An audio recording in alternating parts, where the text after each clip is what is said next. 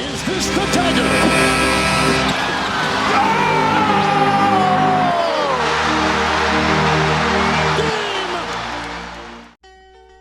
G'day guys, JB here. 7 weeks into the 24-25 NBA season, and the injury bug has started to take a toll once again with some of the leading contenders around the league suffering some serious injuries and suffering some detrimental injuries there, not only for the short term but certainly the long term. The league itself is again starting to unfold a little bit. We're seeing a bit more of a capitulation from teams that were right up there and contending last year. On the other side of things, we're seeing some pretty consistent play from some teams that we expected to be right up there and players that are consistently right up there as well. Some historical performance coming out of hand there for some players by necessity, not necessarily for reality. Others are continuing just to make a climb and continuing to really push their team up the ranks. So without further ado, let's get into it. Let's get into my review for Week 7 of the 24-25 NBA season. Starting with Atlanta in the East, as always, a 2-1 record, and while they were getting up there 5th and 6th in the East, have slipped to 7th, and usually that indicates that while they're playing well, so are their opponents. Got wins against the Bucks and the Lakers. Really, really nice work there, particularly against the Bucks, were rising and taking advantage of a Lakers team that thought they could just be ball dominant to get the job done. Massive work by Trae Young in that game. But consistently across those 3 games, Jalen Johnson, their best player, 17.5 points, 11.5 rebounds, and 6 assists to go to 1.5 steals, 0.5 blocks on 4.5 turnovers. For Atlanta, they're just really starting to churn once again. I don't think they're going to be anything special. As I mentioned, a bit of a yo-yo team. Their form's up, their form's down. They're starting to get a little bit more consistency, though. I think that's coming out of the fact that their players are developing. They're not becoming reliant on one source. There's no doubt about that. Your Bogdanoviches, your Okongwus, your Hunters. You add the fact that you've still got Capella there, someone like a Jalen Johnson, Dyson Daniels, Trae Young, that core group of players that are still getting things done. They've been around each other for some time. At the end of the day, chemistry does become crucial and does become key, which has become evident there with Atlanta's performance. They will see themselves now as a top 6 team, there's no doubt about it, especially with some of the more contentious teams that I thought would have been up there this year certainly not performing. But a really good stuff by the Hawks there halfway through December, and I can say that we are getting very close to Christmas. So they're working on things, they're looking to get some stuff done, and they're going to really want to seize that opportunity there in the new year, finish December out strong and have a well-represented January.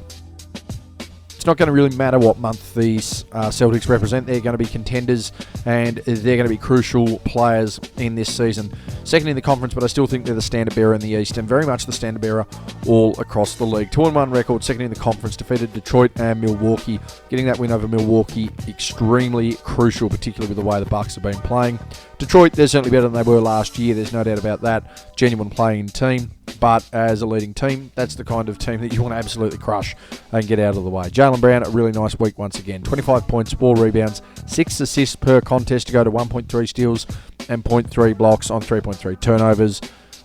I don't know where Jaylen Brown sits in the total mix of this season, but I do know that Jaylen Brown is a genuine top 10 player contender once again, particularly with the way players are falling by the wayside in their contention. And I also know for a fact that he would be a top 15 player in this league. We're talking about a guy here that should be an All-NBA lock. Now, whether that's third team, I don't know, but certainly in that category there. Someone like a Jalen Williams is certainly pushing him now as the best supporting role in the league, and him and Jason Tatum, Brown and Tatum are certainly being pushed as the best duo in the league. I genuinely think that Shea and Jalen Williams have a real case for that right now. The big thing that helps, you've got a championship contender, a championship defender, and an elite team that's been together for close to a decade. Boston are going to hold on to that really, really strong. Solid start once again. They're going to look to tighten things up towards Christmas. Hopefully by January, really push that number 1 seed consistently. To Brooklyn, a 1-1 record, only the 2 games there, still sitting in that top 8.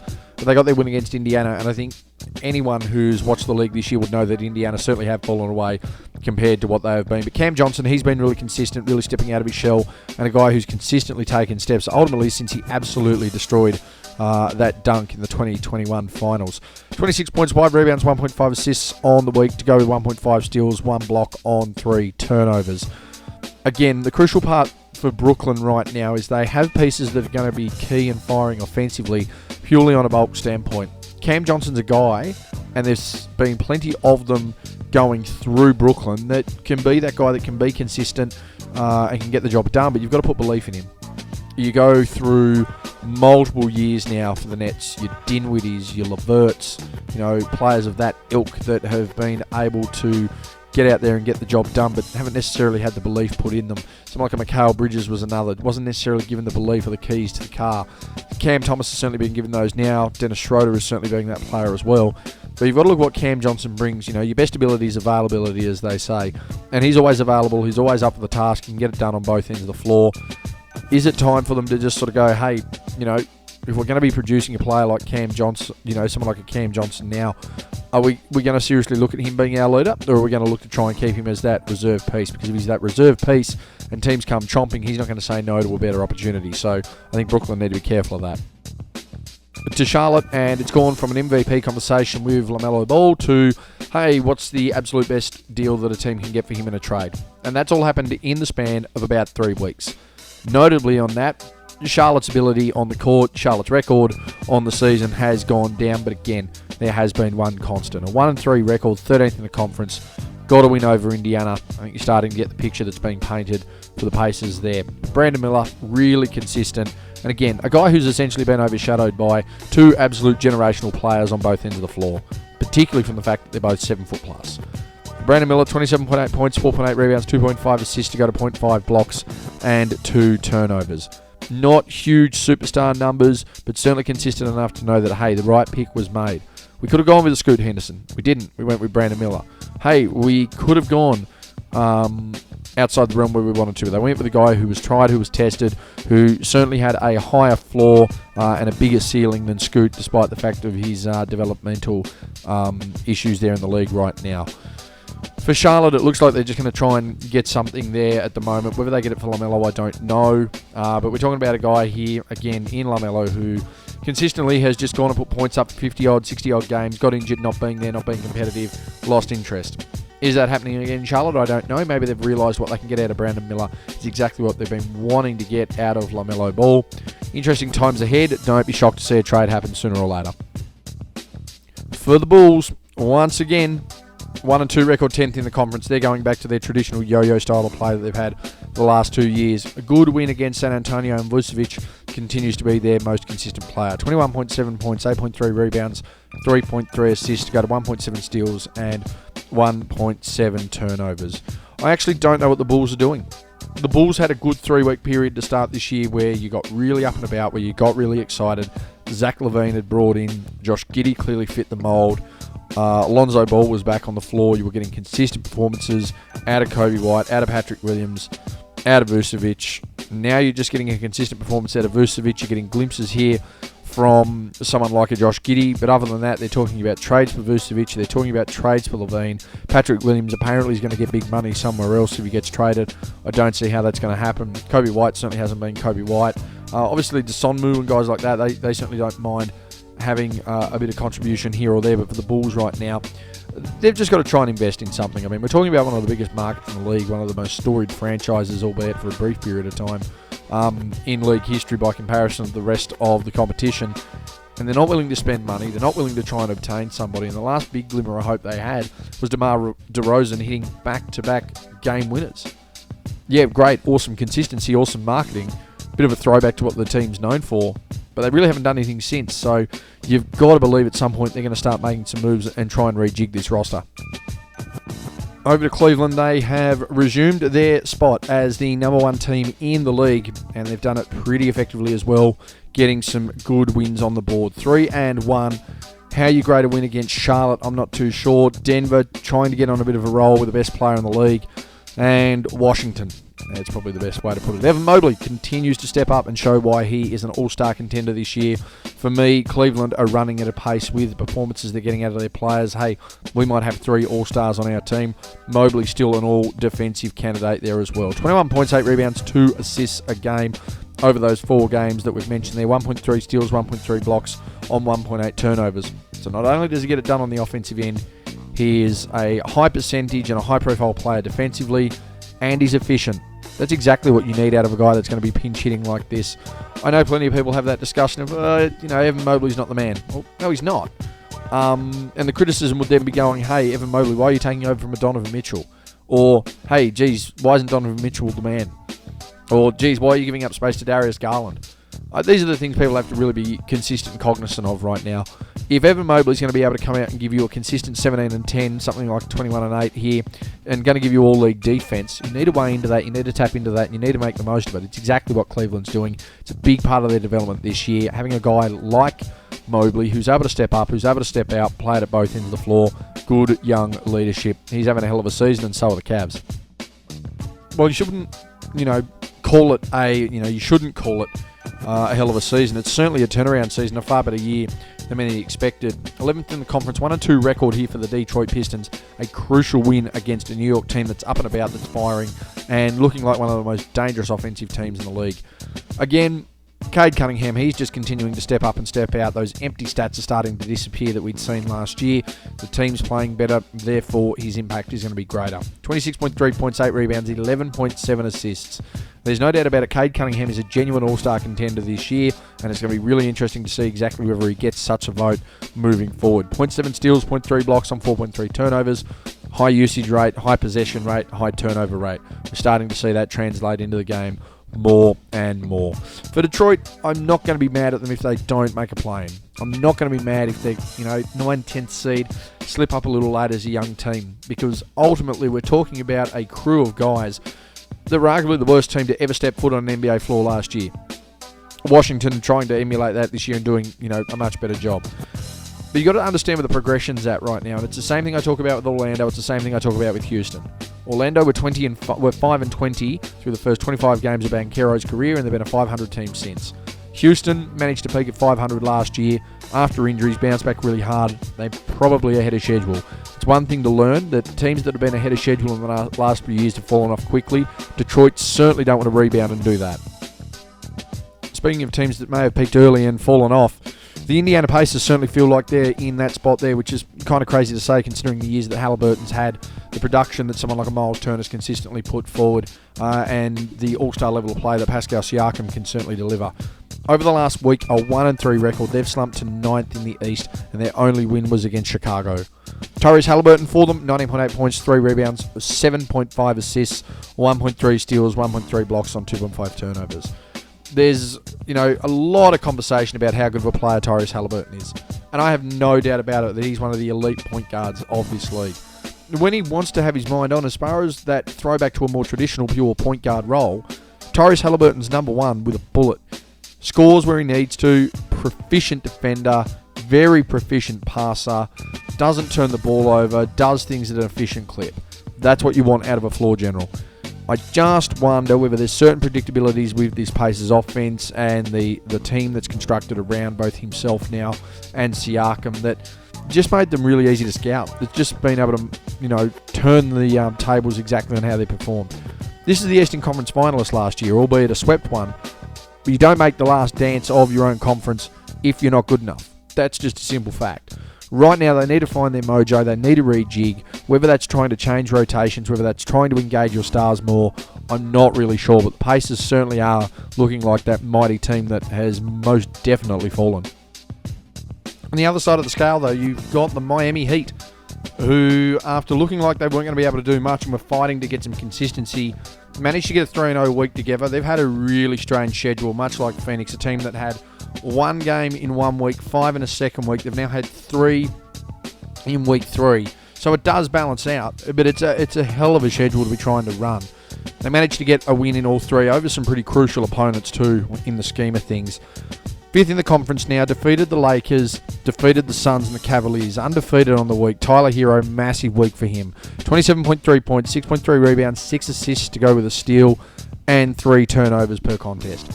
So Tyler Hero's now become the most consistent scorer from the Miami Heat and has realistically been the most consistent scorer for the Heat in the last 3 years.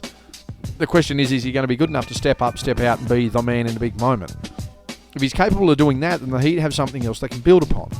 It's something they've been wanting to build upon for quite some time. Originally it was going to be, as many people suspected, Bam, Tyler Hero, Duncan Robinson. They were going to be that next generation.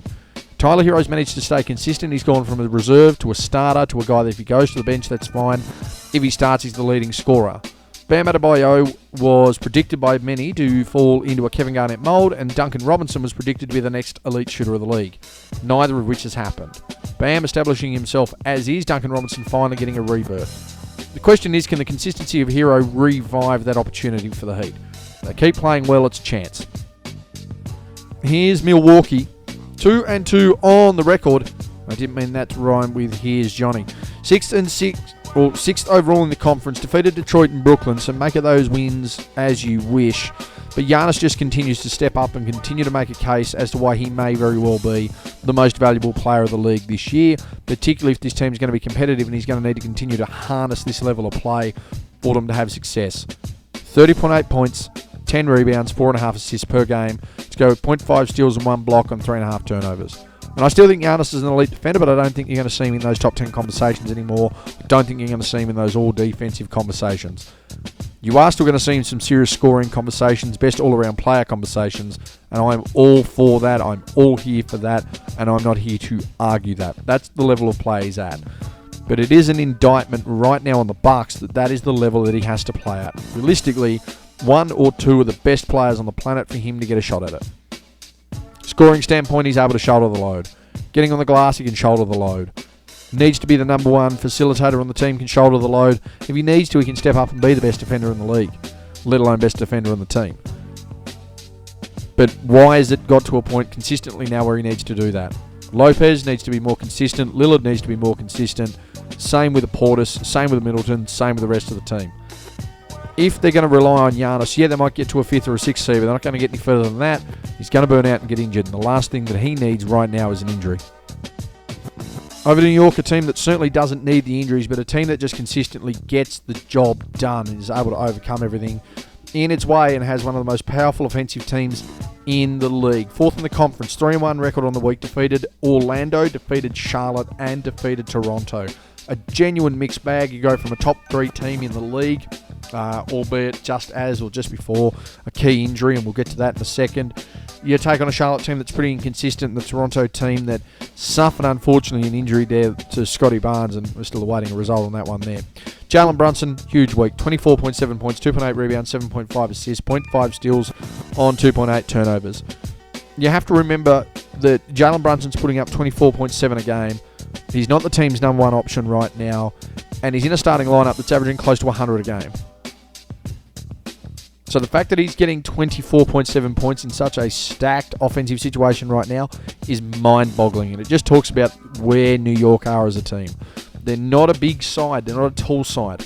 Obviously, they're going to look a lot different when Mitchell Robinson returns there, complementing Karl Anthony Towns. But the thing they've got right now is a little bit of length in their arms. They're not a great tall team. They've got a little bit of length in their arms and their legs, so they can play some defense. But ultimately, they are just grinding it out. They are just putting teams to the sword. They are being relentless. That's what's being really crucial for them. If they're going to continue to play that at high minutes with high reps, they might burn themselves out, but they're going to burn a lot of their opposition out before it. Over to Orlando, who suffered one of the biggest injury blows and setbacks since their first big injury blow and setback only 3 weeks into the season. 2-2 record, though, for the Magic through this 7th week here. 3rd in the conference, defeated Philadelphia and Phoenix. Jalen Suggs, their best player, having played in all those games. 19.8 points, 2.5 rebounds, 3.5 assists. Some good defensive numbers as well. Continues to be one of the elite guards of this league. 2.3 steals, 0.3 blocks, and 3 turnovers there. It's going to be interesting to see how Orlando unfold, because Franz Wagner has decided that he's not healthy, and he's got the exact same injury. And I say that flippantly. Of course, he hasn't decided that he isn't healthy. His body's done that. He's suffered the oblique injury, the same oblique injury that Paolo Banchero has had. So all of a sudden right now, you have, for me, one of the 3 best players in the NBA this season out. You have the 2nd best player and the 1st best player of your team out. And you're going to have to rely on some consistent step-up in performance from your team. Now, in saying that, I certainly think Orlando can do it. Suggs is a perfect example. Patazzi's an example of that. You've got Mo Wagner, who's an example of that. There's lots of opportunities here. Someone like a Jonathan Isaac to step up as well. Guys who want to make a name for themselves. The question is, can they do it, and how consistently can they do it? And is it more preservation until Banchero gets back? Or could this be a potential reset and a realignment of the Eastern Conference? Philadelphia have somehow started to make a bit of a run. 3-1 record, albeit 12th in the conference. Defeated Charlotte, Orlando, and Chicago. And Tyrese Maxey, their consistent best player across all of those games. 19.5 points, 5 rebounds, 7.3 assists to go with 2 steals and 0.3 blocks on 2.3 turnovers. You've got to add in the fact that Jared McCain is still standing out as the Rookie of the Year contender. There's been some contributions from some previously injured players, Joel Embiid being one of them, Paul George being another. But the one thing that's really invigorated this policy, well, certainly the way that Philadelphia are playing, is a seeming implementation of a youth policy where if you're young, if you're fit, if you're healthy and you want to compete, now's the time to give you every opportunity to do it. I'm glad that Philadelphia are doing it because, well, without it, they're old, they're slow, they're full of injuries, they're not getting anywhere, they're staying stagnant. And the ultimate success of a quote-unquote process is consistent second-round performances. Now, I'm not saying by any stretch of the imagination that Philadelphia are going to turn it around and that the people that are going to help turn it around right now are the ones that are going to make an instant impact this year.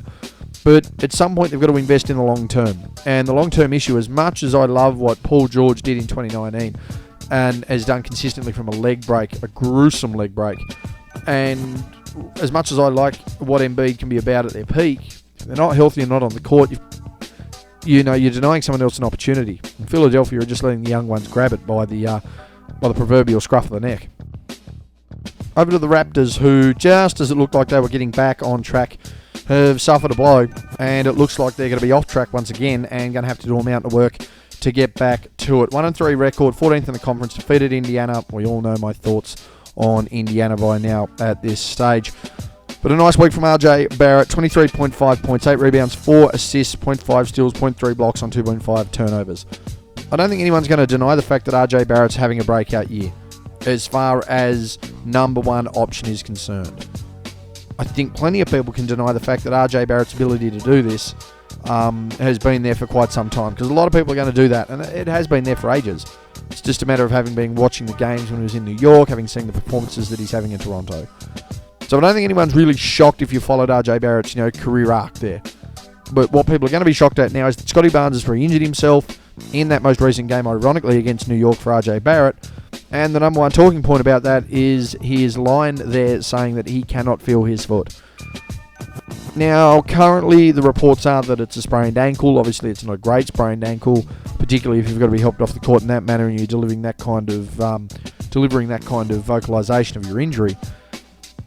It's just going to be interesting to see how Toronto continue to pot out here. I mean, RJ Barrett's stock's going through the roof. If I had to nominate RJ Barrett to an All-Star game this year, I'd have no issue doing it. The next question is, though, how much more can his game step up and develop in order for him to be a true number one option in the event that he needs to for the extended future, certainly the near extended future for the Raptors. Finally, to wrap up in the East, we have the Toronto Raptors, who managed to get a win, ironically, against Denver, and Nikola Jokic going absolutely mental in a career game. They're still 15th in the conference. They're still one of, if not the worst team to ever step foot on an NBA floor. Jonas Valanciunas went there to try and change things up and maybe have a bit more balance there over for the Wizards. Hasn't really happened. He's been, well, I wouldn't say underdone, but he's been in more of a mentorship role with someone like an Alex Sarr, which has been really pleasing to see, but the results just aren't falling their way right now for Washington. Valanciunas on the week, 15.5 points, 10.5 rebounds, 2 assists, something he's consistently done for the last few years, a guy that was really inconsistent until he sort of started to get things right in Memphis and certainly get things done in New Orleans to really get that balance and try and get that consistency in his game, which is exactly what Washington are going to need, and it's the kind of savvy veteran that someone like a Sarr needs, who's shown real good spurts throughout the year. 0.3 steals, 1.8 blocks on 2.5 turnovers. But for Washington right now, there's really no end in sight. Okay, they got a win against Denver. Nice.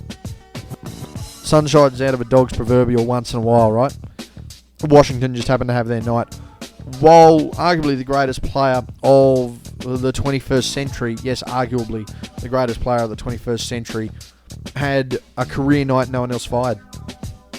I mean, at some point, they had to fall over the line. It just happened to be that night. Over to the West, we start with the Dallas Mavericks, undefeated on the week. They've jumped up to the top 4 of the Western Conference. Really nice run for them, 3-0 as I mentioned. Luka Doncic standing out a little bit more on this week. 29.3 points, 11.7 rebounds, 8.3 assists, 3.3 steals, 0.7 blocks on 3.7 turnovers. Dallas are a very interesting unit, and I've spoken about it a couple of times. Are they a side that's, sort of running in the mud and looking stagnant with Luka? Are they a team that's going to be better when Luka's not on the floor? Are they a team that when they were able to get that ball distribution, that ball movement, and impact from all players, that they're more, going to have a harder game? Well, I think all of that's true, but I can certainly add to the fact that an efficient Luka Doncic makes that role a hell of a lot easier for everyone else, and that's what Luka's attempting to do. I've got no issues if Luka Doncic is going to put on huge numbers. I've got no issues if he's going to be efficient in putting up those numbers. But I'm not going to live with a guy who can be inefficient with the basketball, turn the ball over, put up a million shots, eventually get some points, but his point per shot really isn't there. Is that something that he's now addressed? Is there a come-to-Jesus moment here in December that sort of really reignites things? Are they a team that is planning to just peak at the right time? They very well could be, and for the sake of the Dallas Mavericks, I hope so, but time will tell. We can't be too reactionary, but that's a really nice start from Luka on the week. It's certainly a nice week there for Dallas. Speaking of turning points, I seriously hope that anybody within the sound of my voice, whether it is the dozen of you that may watch me consistently, that manage to pay any attention to the Denver Nuggets are able to seriously send a message. The whole LeBron needs help scenario. I tell you who needs help, and that's Nikola Jokic, a 2-2 record, 7th in the West, got wins against Golden State and Atlanta. But can I just point out on the week that Nikola Jokic averaged 42.3 points, 15 boards, and 8.3 assists. 3 steals, 0.3 blocks, 3.8 turnovers, high usage rate, high turnover rate. We've discussed this plenty of times. But what else does Nikola Jokic have to do to get some consistent and efficient players on his basketball team? Jokic is loyal to a fault. He's got no issues with keeping guys around him. Michael Porter Jr. and Jamal Murray, in my opinion, are going to have a contract for life as long as Nikola Jokic wants them to be there. That's the level of contribution and the value that he has for his teammates. But I'd like to point out that statistically, Nikola Jokic is having his best season ever, and he's playing next to Russell Westbrook, a guy who is deemed not to be able to do that for players. Just as a quick reminder, the career year of Kevin Durant came with Russell Westbrook. The career year for Bradley Beal came with Russell Westbrook, and the career year of Paul George came with Russell Westbrook. We're seeing a career year next to Russell Westbrook with Nikola Jokic. Over to Golden State, and they're a side that they're still teetering. They've got a couple of pieces here or there and a couple of options to them. They're still teetering, and they've been a side and an organisation that's been just as poor as consistently trying to maintain the level of their star players as they age. Granted, they did a lot better in Steph's prime and Steph's peak years to be able to get talent around them. That's why Kevin Durant ended up there. That's why they got 2 titles in those 3 years Durant was there. They're petering a little bit here, but they're putting more consistent pieces around them, guys that can step up and play. Jonathan Kuminga is one of them here. 2-2 record, 5th on the week, 5th in the conference, defeated the Rockets and the Timberwolves. Kuminga, 21.3 points, 5.3 rebounds, 1.8 assists to go with a steal, and 1.5 blocks on 2.3 turnovers. Jonathan Kuminga is a guy who's clearly flagged himself as a player, who clearly bets on himself in the non-Jonte Porter way, and clearly believes in his ability to get things done and get the job done. The question is it enough next to an aging Steph who is clearly still a genuine All-NBA player? Is it enough next to a Steph who's still by far and away the best shooter in the NBA? That's the question that needs to be posed. Andrew Wiggins has shown moments. There's no doubt about it. Kevon Looney's shown moments. Buddy Hield showed moments. Kuminga's doing it again. But is it enough to satisfy the hunger and the needs and the competitive nature of the Warriors to try and deliver a 5th title in the Steph Curry era? To the Houston Rockets, who just continue to plod along, no one's really worrying about the Rockets right now because of all the other fluctuations backwards and forwards in the Western Conference. They're just being that constant, just being consistent, and they're a young team that everyone knows has peaked really early. They're the Orlando, essentially, of the Western Conference. In fact, I think you'll find over the last couple of years, and certainly multiple seasons ago, I flagged that there was a chance Houston could end up being very similar to what Orlando was. They've managed to do it. 1-2 record on the week, third in the conference, defeated the Clippers, and Jalen Green continues to step up and step out as a genuine second option on this team on the offensive end. 24.3 points, 5 rebounds, 2.3 assists to go with 2 steals and 3 turnovers. An absolute ultimate companion on the perimeter to an Alpron Şengün, which has been absolutely awesome to see. It's the consistency that's needed with this team. You look on the other side of the ball and they've started to develop some real consistent patterns as well. Van Vliet and Amir Thompson, they're able to sort of wedgie between these lineups here. Tari Eason, probably the best defender that the team's got. One of the leading defenders in the league this year. Dylan Brooks, another guy who just consistently adds to that there. If there's one thing that this really proves for Houston, and really it proves a lot of points here, the culture change was key, but so was the coaching. M.A. Udoka just continues to prove how good of a coach he is. This is a team that was nearly at 500, went 12 games below all of a sudden, and then bounced back towards 500 once again last year. They're not going to have to worry about that this year. They might have to worry about hosting a second-round matchup. Over to the Clippers, who had an off week. I think it's fair to say a 1-2 record, 6th in the conference. They still remain in the genuine playoff seeding, as they call it now. A really consistent week for Bones Highland, a guy who, I wouldn't say starved of opportunity, but just as it feels like it's stepping up, it's taken away. Just as you feel it's stepping up, it's taken away. This is a guy who can play, there's no doubt about it. They defeated Portland. Highland on the week, 14.3 points, 2.7 rebounds, 2.7 assists, 0.7 steals on 2 turnovers. Again, talk about it all the time. You're only as good as your leader, whether that's on the floor or their actual off-court leadership. I've got nothing wrong with how Bones Highland goes around it, but when you look at the performances of a Zubac, of a Powell, and even a James Harden this year, you can't have Bones Highland being a genuine reserve as the most consistent player over that week. Now, again, I flagged this before in multiple videos over multiple seasons. The guy that I'm mentioning here is the guy who's played in all the games that particular week. So the Clippers have played 3 games. If Zubac, if Harden, and Powell played in 2, they don't get a mention. Consistency is there, and again, best ability is availability. So Bones Highland gets a real tick there. It does speak, though, I think, for the Clippers. When you look at how Norman Powell's taken a step, when you look at Zubac's performance, when you look at Harden being able to get everyone involved, it does speak of the depth that someone like a Bones Highland can come and produce something like this. Sure, I'm pretty much degrading it there in its performance and how it stands, but he's been consistently doing this throughout the year, and no one's really been paying attention to it. Now comes to the forefront when other players aren't there. Shows how crucial and deep this Clippers team can be. From the Clippers to the Lakers. 8th now in the conference, and they have taken a back step very, very quickly. 1-2 record, defeated Portland. Not necessarily a bragging point to be defeating the Blazers. Anthony Davis, 25.3 points, 9.3 rebounds, 4.3 assists. Consistently still the best player for Los Angeles. Well, certainly the city of Los Angeles, let alone the Lakers. 1.3 steals, 2.3 blocks on 2.3 turnovers. The Lakers, it's pure and simple. It comes down to your leadership, and this is where the ownership of this, from one of the greatest players in league history, it's abominable that this doesn't happen.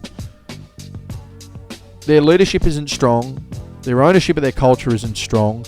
Their ball movement is now non-existent because you've got 2 guys who want to take all the glory and not share anything. And Davis is included in this criticism. And I love the fact that Anthony Davis is having probably his best year as a Laker, certainly a top 2 year as a Laker.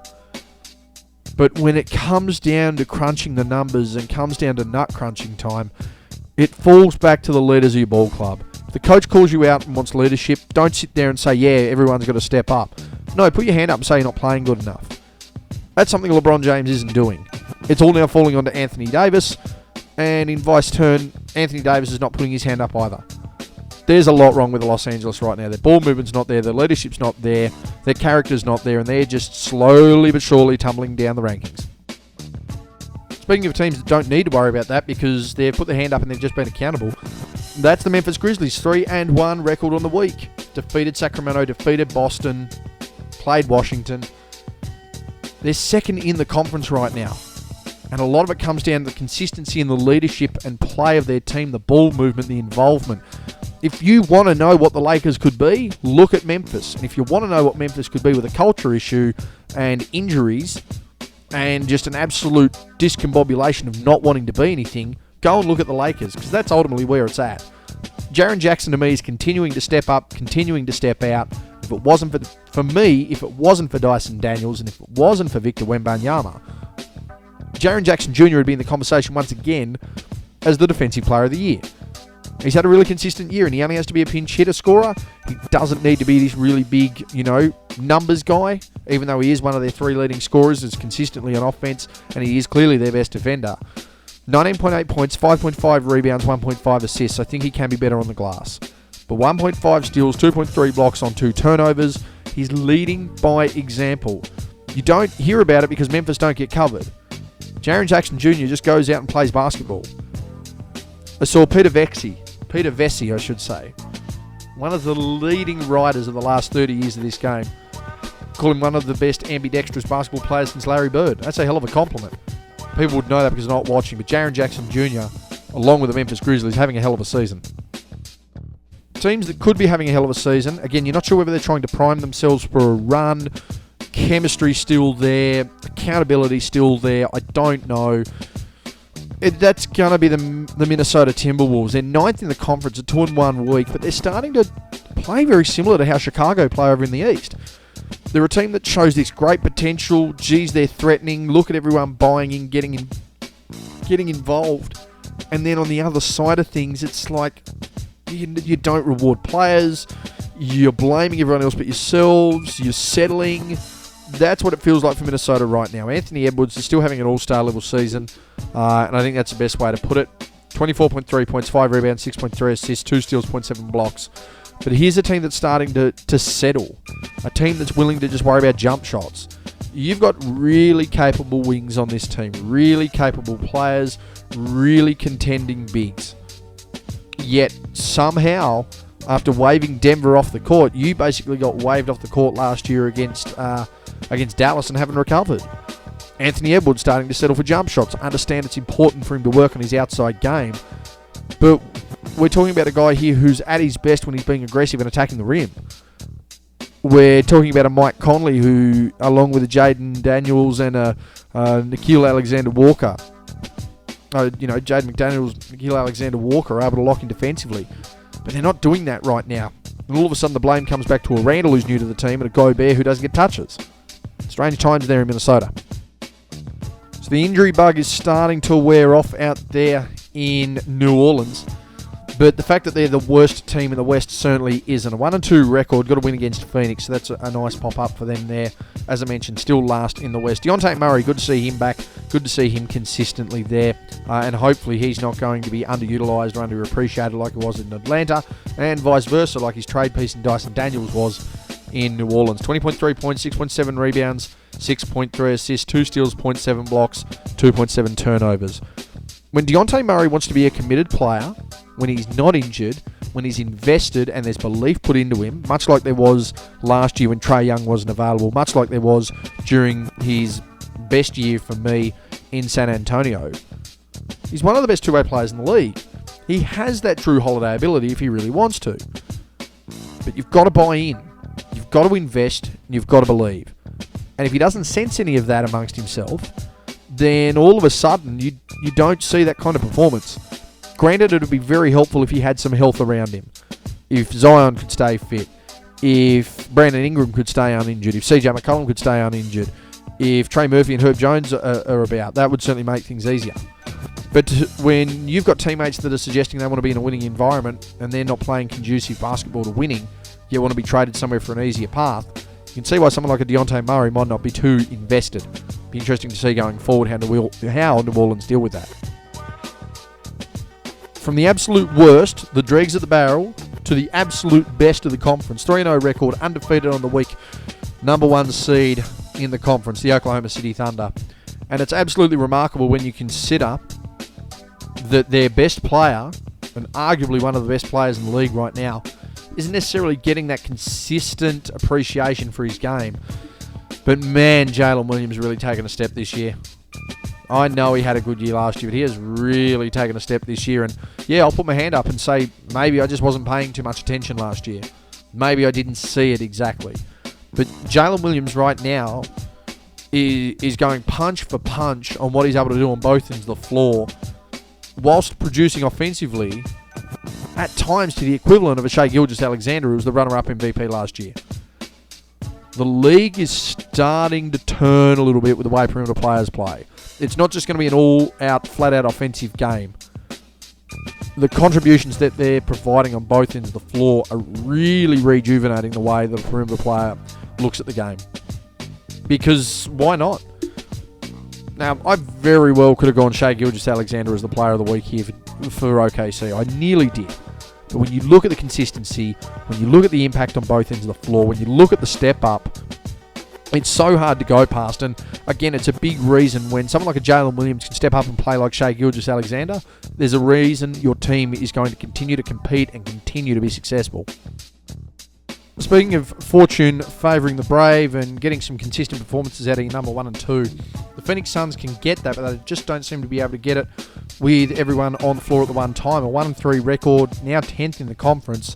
This is a team that, when healthy, through 12 games were, 10-2, the equivalent pace of being the number 1 seed in the conference. But health is a crazy thing, and so is age. Devin Booker, their best player, of course, the only win being against the Spurs. 25.8 points, 5.3 rebounds, 5.3 assists. He's consistent, he's constant. It's the reason why I have him as the most valuable player there for Phoenix, and I understand that there's clearly an argument against that when you look at what happens when Kevin Durant's not there, when you look at the health of someone like a Bradley Beal, the importance of a Nurkic, the importance of a Grayson Allen spreading the floor. But when you look at what Booker's able to do, 1.8 steals, 0.3 blocks, 4 turnovers. Turnovers are certainly a question here. But when you look at what Booker's able to do, he doesn't mind a big game, he doesn't mind a big shot, he has a well-rounded offensive game. He has the ability to be your leading scorer, but he also has the ability to be that leading facilitator and give up the ball and get others involved. It's something you don't see in a star player very often. I've got no issues in saying that I think Devin Booker is one of the 3-4 greatest Phoenix Suns of all time. Like, if you made the case that Charles Barkley and Steve Nash were the only people ahead of him, I've got no qualms with that. Is that Paul Westphal level guy? That Larry Nance level guy?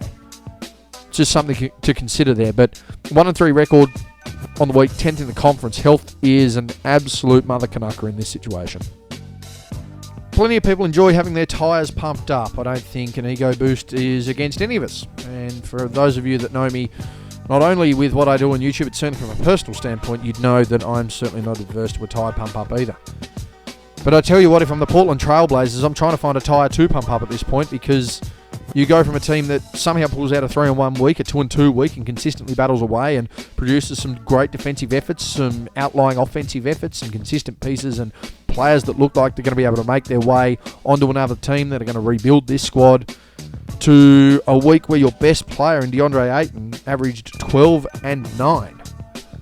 And DeAndre Ayton wanted this payday, and DeAndre Ayton wanted to be the man, and DeAndre Ayton wanted to be remembered in Phoenix and wanted to be a crucial contributor. He's not even consistently the best center on his team right now, and I don't mind the fact that DeAndre Ayton's trying to play and trying to get better and trying to harness this right now. But realistically, you've got to stay within your realm. Right now, no way. DeAndre Ayton needs to be taking a back seat. And that's not only at his position, that's within the scope of the team. Anthony Simons, Shaden Sharp, Jeremy Grant, Robert Williams III, just 4 names to mention right now that I would easily be putting this guy behind. No issues whatsoever. 5th option at best. Then again, 0-3 record, 13th in the conference. Probably makes sense that 5th option is your best player of the week. Over to the Kings. They've had a bounce back all week. No surprise who their best player was in doing that either. 3-1, 12 in the conference. They're a side that's severely underperforming. I don't think anyone's going to deny that. Certainly thought they would have been a bit higher. I would have probably predicted Houston were going to go for a miss year there just to see how Sacramento are going, but they've clearly managed to tune their pieces a little better. It all comes down to the other side of the ball as well. 3-1, ironically defeated Houston along with San Antonio and Utah. Domantas Sabonis just continues to show that, right now he probably is still the second best center in the league. Granted, that's after daylight, as we know who number 1 is. 21.3 points, 12 rebounds, 5 assists per game there. 0.3 steals, 0.3 blocks on 1.8 turnovers. Sacramento just continue to be the perfect example of why you can be a run-and-gun offense. You can be highly potent, highly motivated, but if you can't lock in defensively and you can't get the job done on the other end of the floor, it doesn't mean anything. Simple. It just doesn't mean anything. Sabonis, great centre. Can be a 20, 10, and 7 guy. He can be essentially what the career averages of Jokic have been. Well, they are the career averages of Nikola Jokic. You can just be an average version of Nikola Jokic over his career. Or you can lock in defensively. Probably give up a couple of points. Maybe get a few more assists in. Try and focus on the other end and manage to get a result. God forbid that the person who actually voted DPOY for Domantas Sabonis last year gets a vote. Oh boy. To the Spurs, a 1-3 record, a team that have just dropped out of the play-in, but they're floating thereabouts, and there's been plenty of signs there to suggest that they're going to be able to continue to float thereabouts, and if they're able to lock in, get some development under their belt, they're going to be a really nice team over the next couple of seasons. 1-3 record, 11th in the conference, defeated New Orleans. Stephon Castle, their most consistent player, and one of the leading rookies of the year right now. 16.3 points, 2.8 rebounds, 4.5 assists, 1.8 steals to go with 2.5 turnovers. I've got no issue in a circumstance there, in a scenario where Castle is playing the most amount of games in a week over a specific period, where he's the guy that's trying to step up, that's trying to lead, in a team that, as we know, can be fairly, I'd say, selfish and not understanding about what the greater goal is. If Stephon Castle can be a guy that they can mould into this team, why not have him as the buddy next to Victor Wembanyama? And I mean, what a guy to learn under. And Chris Paul, right? The second all-time leader in assists now. Not a bad apprenticeship to serve. I don't know many people in the history of the game that are trying to play in a guard position that are genuinely a chance to be the successor for this team or for their franchise that have been able to stand under someone like a Chris Paul. No better learning tree, of course, once he starts to recognise the fact that, hey, I'm on the floor, I can help out, but the big guy under the hoop casting the shadows the man I've got to go to. I'm going to be better off sooner rather than later, but I like what Stephon Castle's doing. I wasn't a fan to start with. He certainly started to grow on me there. 1-3 record, but again, reflective of what's happening on the court, And finally, we finish off the Western Conference with Keontae George being the best player for the Utah Jazz, who sit 14th and got a win against Portland. So much of a muchness there when you compare who they played against. 19.3 points, 4.7 rebounds, 5 assists, 1.4 steals, 0.3 blocks on 3 turnovers. There's only one way I can really look at what Portland and Utah are trying to do. And that's the Cooper Flag sweepstakes. It's got to be that simple. I cannot think of another reason for a side that has these pieces, that wants to invest in their team, that wants to grow their franchise. I cannot think of another reason that they would want to be this poor. I simply can't. They've invested so much money into Lauri Markkanen. I know that injuries happen. You've got John Collins there. You've got Walker Kessler. You've got Colin Sexton. This should be an up-and-going, exciting team. And they're not. And it's painful because you don't know exactly what they're trying to do or where they're trying to go. So to me, it just makes sense. I mean, they're talking about Flag in college right now. He's 17, 18 years old. He's averaging 20 points. Again, a guy who clearly has a lot of upside. At worst, is going to be a very good NBA player. That's yet to be seen. I'll believe it once I see it. But with what you've got right now, is that going to be conducive to his environment as well? If you're Cooper Flag, you're wanting to go to Utah. I mean, that's just as big a question as Utah wanting to get Cooper Flag at right point. And that will do it for my Week 7 review of the 24-25 NBA season. A really interesting week, as you've seen, with some of the things that are going on in this league. You've got teams that appear to be tanking for something that's not going to suit them, or certainly not going to suit the guy they're going to be bringing in. You've got other guys that got points and pieces that they're looking to develop. Just can't get that flow right. You've got other young guys that are serving good apprenticeships and are starting to step up, and teams that are starting to realise they need to invest in those young guys. Other than that, you've also got some really good, strong duos that are starting to make a case for being the best players in the league, the best teams in the league, and in turn are the leading contenders through 7 weeks. Anyway, guys, that's been me. Thank you very much for tuning into my review. That's been me. I'm out.